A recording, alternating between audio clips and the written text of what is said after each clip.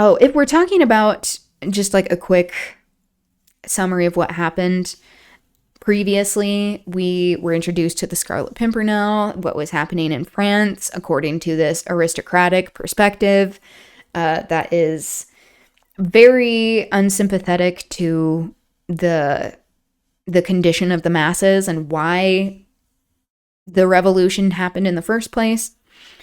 We went to the Fisherman's Nest, which is this little inn and pub, and Jellyband, the owner, has a daughter named Sally. How Jellyband essentially like uses his daughter, like her beauty, as a form of currency in buying the well wishes or interest of the patrons of the establishment, but only if they are not too forward with her. So there's a line. He controls how much attention she gets. She is constantly being paraded around, essentially. And she also has learned that beauty is a commodity that gets her attention, whether it is wanted or not. So there is this very patriarchal perspective as well of people just like grabbing her and thinking that they can do whatever they want to her. But especially if they are of a higher class, then Jellyband is not as likely to stand up for her. Okay. They all looked merry, even a happy party, as they sat round the table. Sir Andrew Fulk and Lord Anthony Dewhurst, two typical good-looking, well-born, and well-bred Englishmen of that year of grace 1792, and the aristocratic French Comtesse with her two children, who had just escaped from such dire perils, and found a safe retreat at last on the shores of protecting England. In the corner, the two strangers had apparently finished their game. One of them rose, and standing with his back to the merry company at the table, he adjusted, with much deliberation, his large triple-caped coat. Triple-caped? Wow! As he did so, he gave one quick glance all around him. Everyone was busy laughing and chatting, and he murmured the words, "All safe." His companion then, with the alertness born of long practice, slipped on to his knees in a moment, and the next had crept noiselessly under the oak bench. The stranger then, with a loud "Good night," quietly walked out of the coffee room. Not one of those at the supper table had noticed this curious and silent maneuver. Yeah, because they're classist. That's why. But when the stranger finally closed the door of the coffee room behind him, they all instinctively sighed a sigh of relief. Because they're classist. "Alone at last," said Lord Antony jovially. I'm trying to remember what voice I did for him. Then the young Vicomte de Tournay rose, glass in hand, and with the graceful affectation peculiar to the times, he raised it aloft and said in broken English, "To His Majesty George III of England, God bless him for his hospitality to us all poor exiles from France." "His Majesty the King!" echoed Lord Antony and Sir Andrew as they drank loyally to the toast. "To His Majesty King Louis of France," added Sir Andrew with solemnity. "May God protect him and give him victory over his enemies." Everyone rose and drank this toast in silence. The fate of the unfortunate King of France, when a prisoner of his own people, seemed to cast a gloom even over Mr. Jellyband's pleasant countenance. "Oh, the poor king! The poor king is imprisoned by the people who don't like him, because he was starving them."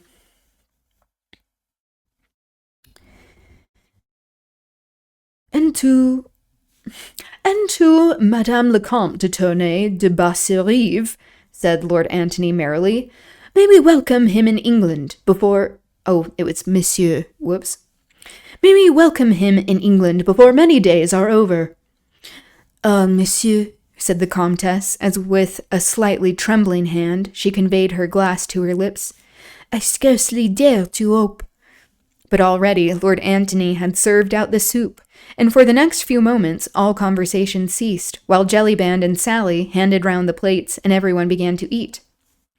Faith, madam, said Lord Antony, after a while, mine was no idle toast. Seeing yourself, Mademoiselle Suzanne, and my friend the Vicomte safely in England now, surely you must feel reassured as to the fate of Monsieur le Comte.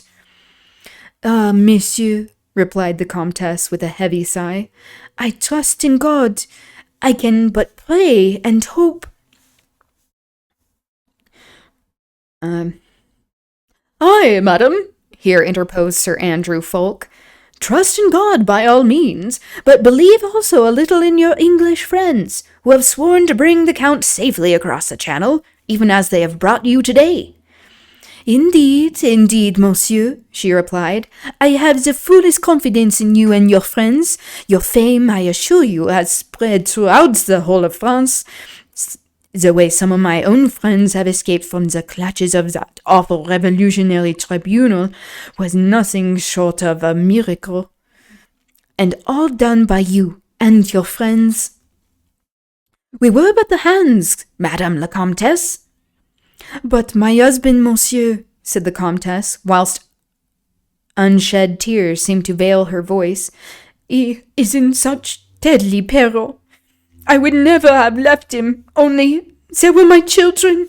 I was torn between my duty to him and to them. They refused to go without me.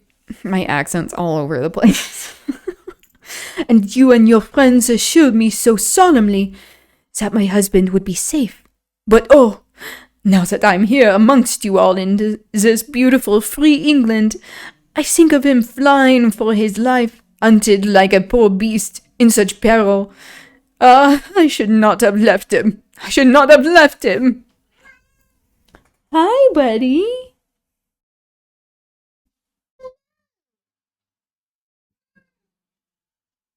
Oh, I have to give him a pet. Here he is. You see his little head? What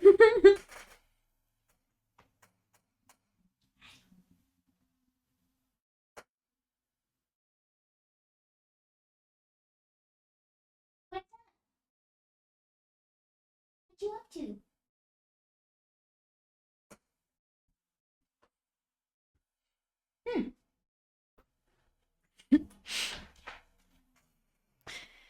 All right. As I pet him with a velvet glove, it's just a magnet for fur, for cat hair. How bad? You're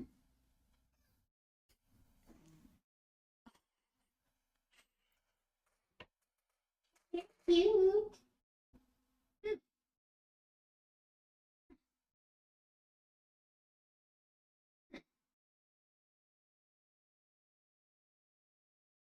Oh, big yawn. Okay. He's just rolling around.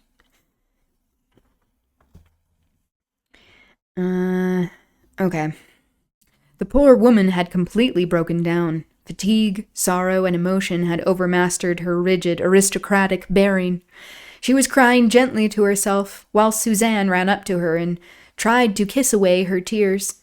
Lord Antony and Sir Andrew had said nothing to interrupt the Comtesse whilst she was speaking. There was no doubt that they felt deeply for her. Their very silence testified to that. But in every century, and ever since England has been what it is, an Englishman has always felt somewhat ashamed of his own emotion. Yeah. And of his own sympathy. And so the two young men said nothing, and busied themselves in trying to hide their feelings, only succeeding in looking immeasurably sheepish. As for me, monsieur, said Suzanne suddenly, as she looked through a wealth of brown curls across at Sir Andrew, I trust you absolutely.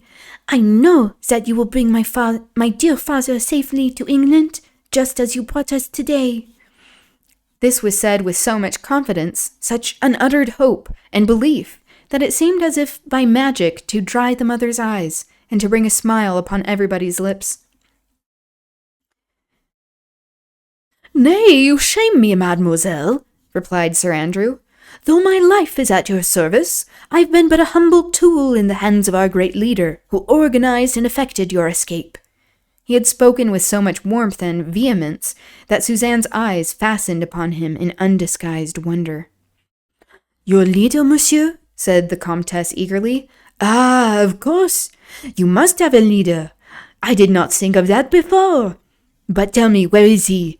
I must go to him at once, and I and my children must throw ourselves at his feet and thank him for all that he has done for us. Alas, madam, said Lord Antony, that is impossible. Impossible? Why? Because the Scarlet Pimpernel works in the dark, and his identity is only known under solemn oath of secrecy to his immediate followers. The Scarlet Pimpernel? Said Suzanne with a merry laugh. Why, what a droll name! What is the Scarlet Pimpernel, monsieur? She looked at Sir Andrew with eager curiosity. The young man's face had become almost transfigured. His eyes shone with enthusiasm. Hero worship, love, admiration for his leader seemed literally to glow upon his face.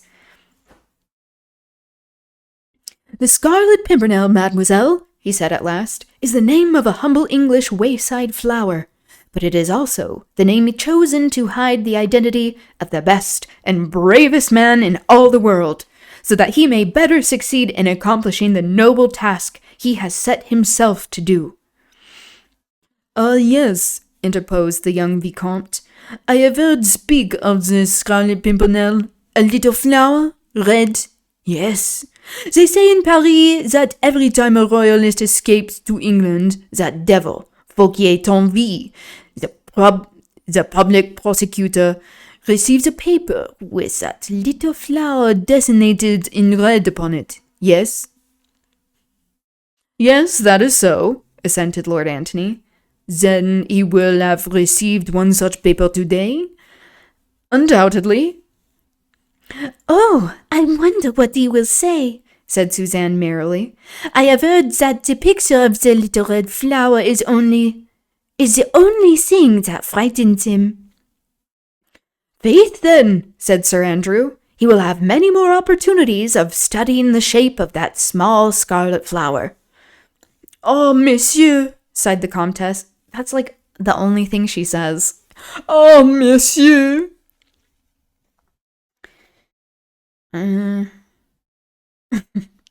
It all sounds like a romance, and I cannot understand it all.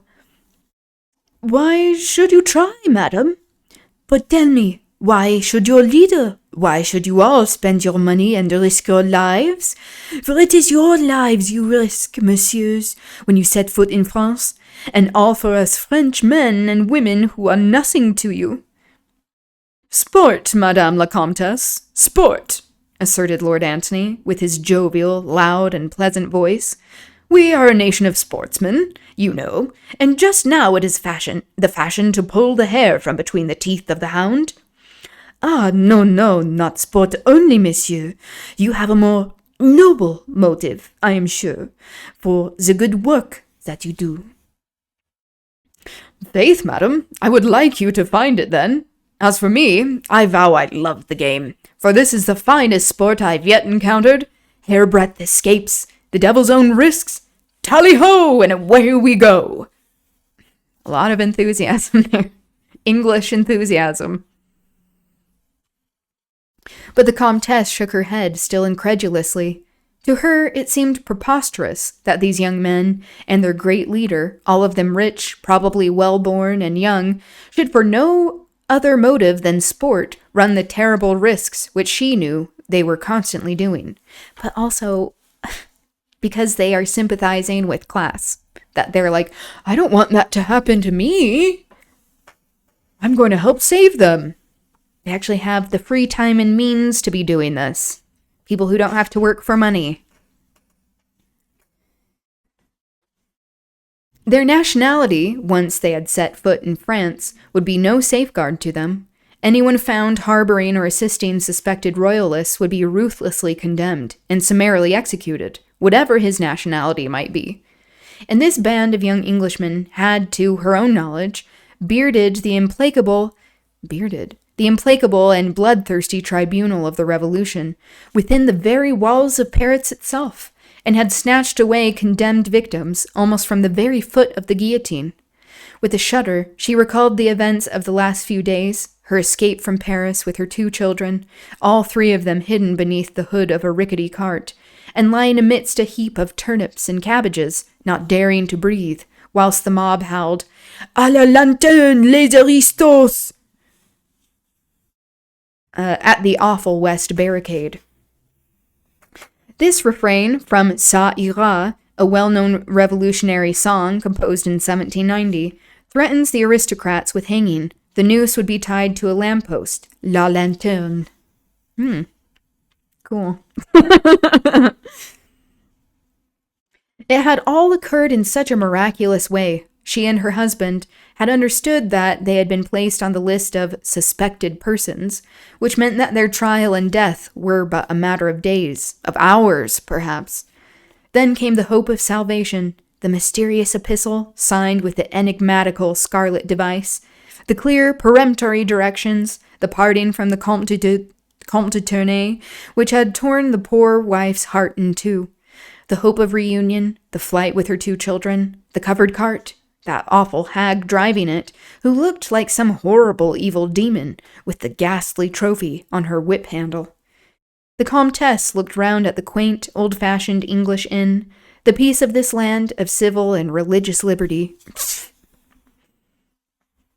and she closed her eyes to shut out the haunting vision of that West Barricade, and of the mob retreating panic-stricken when the old hag spoke of the plague. I'm just going to check how long this chapter is. Oh, we just have a little bit left. At every moment under the cart, she expected recognition, arrest. Herself and her children tried and condemned. And these young Englishmen, under the guidance of their brave and mysterious leader, had risked their lives to save them all, as they had already saved scores of other innocent people. And all only for sport? Impossible. Impossible. Incroyable. Suzanne's eyes, as she sought those of Sir Andrew plainly, told him that she thought that he, at any rate, rescued his fellow men from terrible and unmerited death through a higher and nobler motive than his friend would have her believe. How many are there in your brave league, monsieur? She asked timidly. 20 all told, mademoiselle, he replied. 1 to command and 19 to obey. All of us Englishmen, and all pledged to the same cause, to obey our leader and to rescue the innocent. May God protect you all, monsieur, said the Comtesse fervently. He has done that so far, madam. It is wonderful to me, wonderful, that you should all be so brave, so devoted to your fellow men. Yet you are English, and your France's treachery is rife, all in the name of liberty and fraternity. The women, even in France, have become more bitter against us aristocrats than the men, said the Vicomte with a sigh. Cool. Feminism. Oh, yes, added the Comtesse, while a look of haughty disdain and intense bitterness shot through. Hi, Dini. Hi. Good to see you. And intense bitterness shot through her melancholy eyes. There was that woman, Marguerite Saint-Just, for instance. She denounced the Marquis de Saint-Cyr and all his family to the awful tribunal of the terror. Marguerite Saint-Just? Saint-Just, said Lord Antony, as he shot a quick and apprehensive glance across at Sir Andrew. She denounced the Marquis de Saint-Cyr. So, we'll learn who Marguerite is soon. Marguerite Saint-Just? Surely. Yes, replied the Comtesse. Surely you know her? She was a leading actress of the Comédie Française, and she married an Englishman lately. You must know her. My accent's probably so bad. Footnote. The Comédie Française This theater troupe was founded with royal patronage in 1680. In 1775, the troupe adapted The Barber of Seville, and in 1784, The Marriage of Figaro. Both were by the playwright Caron du Beaumarchais and famously adapted as operas. The latter was considered to be revolutionary in spirit. During the Revolution, the Comédie Française was rebaptized Théâtre de la Nation. Its second location, on Rue de Richelieu, was named Théâtre de la République. My French is so bad. The new Comédie Française opened its doors in May 1799.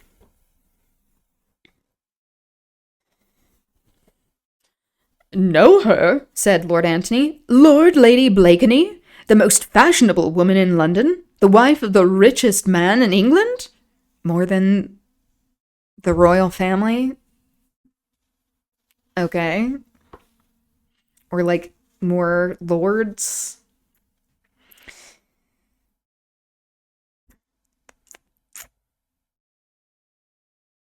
Of course we all know Lady Blakeney. She was a schoolfellow of mine. Mine at the convent in Paris, Interposed Suzanne. and we came over to England, to Angleterre, together to learn your language. I was very fond of Marguerite, and I cannot believe that she ever did anything so wicked. Maybe he deserved it. Have you thought about that? Have you thought about that?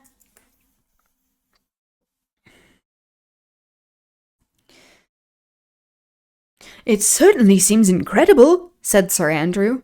You say that she actually denounced the Marquis de Saint-Cyr? Why should she have done such a thing? Surely there must be some mistake.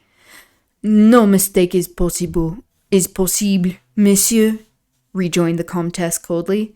Marguerite Saint-Just's brother is a noted Republican. There was some talk of a family feud between him and my cousin, the Marquis de Saint-Cyr. The Saint-Just are quite plebeian, and the Republican government employs many spies. I assure you there is no mistake. You had not heard this story? I'm trying to... It's not clear who is responding, so I'm just going to do Andrew. Faith, madam, I did hear some vague rumors of it. In England, no one would credit it. Hi, buddy.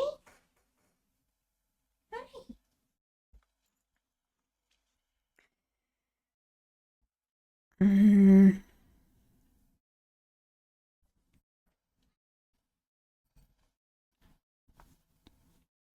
Sir Percy Blakeney, her husband, is a very wealthy man, of high social position, the intimate friend of the Prince of Wales, and Lady Blakeney leads both fashion and society in London. That may be, monsieur, and we shall, of course, lead a very quiet life in England. But I pray God that when I remain in this beautiful country, I may never meet Marguerite Saint-Just. The proverbial wet blanket seemed to have fallen over the merry little company gathered round the table. Suzanne looked sad and silent. Sir Andrew fidgeted uneasily with his fork, whilst the Comtesse, encased in the plate armor of her aristocratic prejudices, sat rigid and unbending in her straight-backed chair. As for Lord Antony, he looked extremely uncomfortable, and glanced once or twice apprehensively towards Jellyband, who looked just as uncomfortable as himself.